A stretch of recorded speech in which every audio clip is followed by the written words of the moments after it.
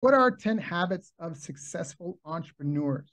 So somebody asked me this recently, and in the comments, I saw people answering like, oh, they have a daily routine and they read and they listen to uplifting music and they plan for tomorrow, today, and they meditate and they make time to unplug. Again, a lot of these are great, but a lot of the stuff isn't necessarily proven. So what I mean is I saw this great meme the other day, and it was, hey, my friend is now VP of $100 million company, and he gave 4 steps to how we do it. One, he wakes up at 4:30 a.m. every day. Two, he takes a cold shower every day. Three, he works out for 30 minutes every morning. Four, his dad is president of the company. And that's, unfortunately, a reality for a lot of the self-help and business entrepreneur success advice. And actually, I wanted to get to the bottom of this because I've helped people make millions and hundreds of thousands and launch their first businesses, everything in between. But not everybody that I helped actually got results. So I spent $50,000 hiring researchers and research teams to help me go through all the studies, the academic research on this, to figure out what really moves the needle. And we went through hundreds and thousands of studies. So if you don't know what a meta-analysis is, a meta-analysis is when someone reads and goes through hundreds and thousands of studies on a specific topic or in a field, and they produce a report that's like a summary of all this research. So we did a systemic review or a meta-analysis of meta-analyses.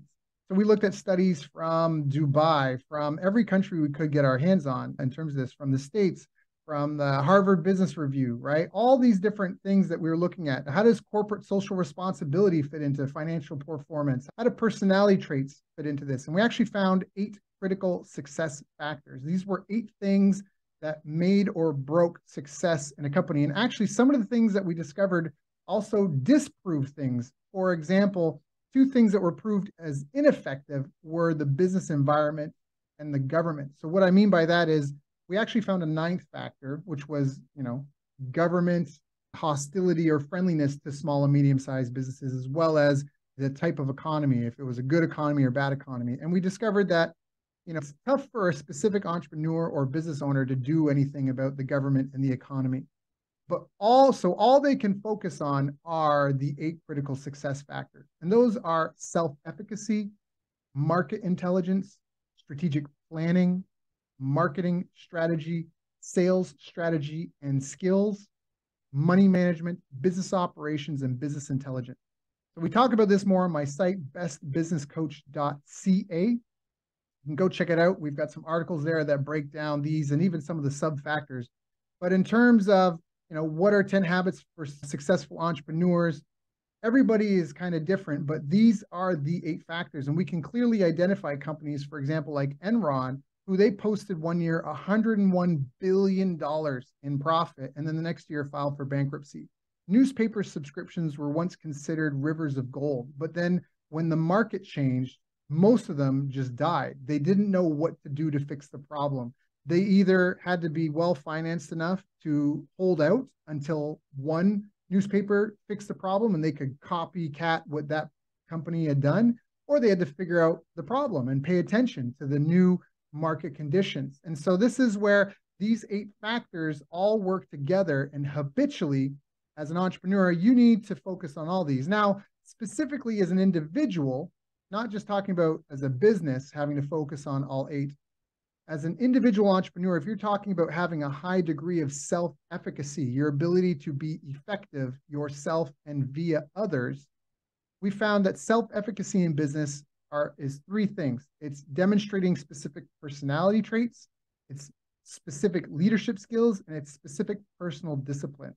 So in terms of personal disciplines, it's things like physical health and mental health, like sleep, diet, and fitness.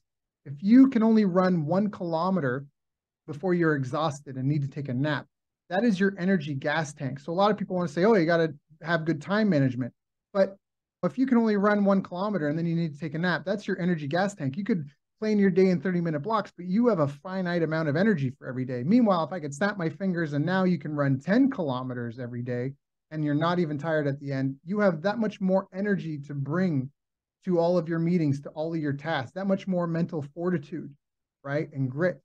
So mental health and physical health are really closely related. You actually are more emotionally resilient right? You're able to handle more stress.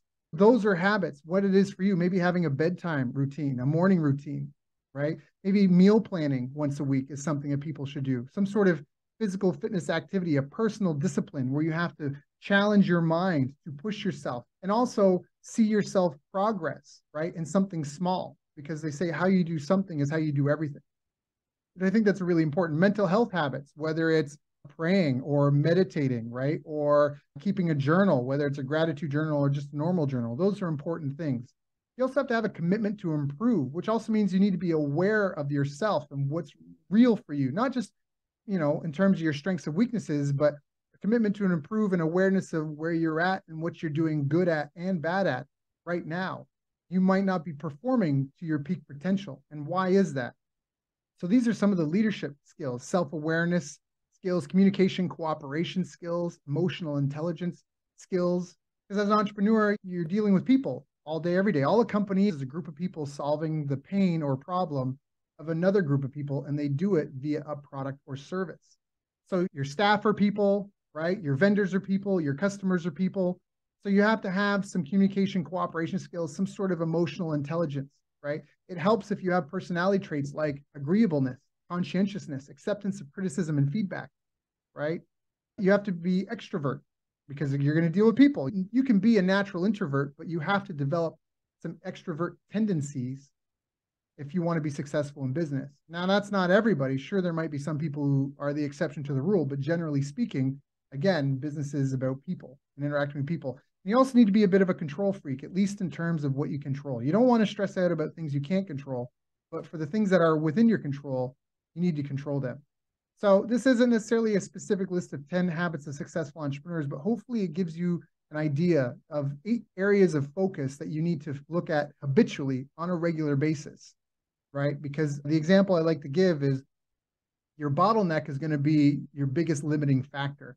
So if you have a company of any type, it doesn't necessarily matter, but if your marketing and sales are working great, but you have the capacity to have only 5 clients, more marketing and sales is not going to fix your capacity problem, right? And same thing is the opposite. If you've got 20, if you could handle 20 clients and now you optimize things so now you can handle 50, but your marketing and sales aren't performing, then being able to handle more people isn't going to get more people through the door. So it's this seesaw type of effect where all 8 factors work together. And if you'd like to learn more about the 8 critical success factors, you can go to bestbusinesscoach.ca. We've got in-depth articles on these as well as some FAQs. So go check that out. That's bestbusinesscoach.ca.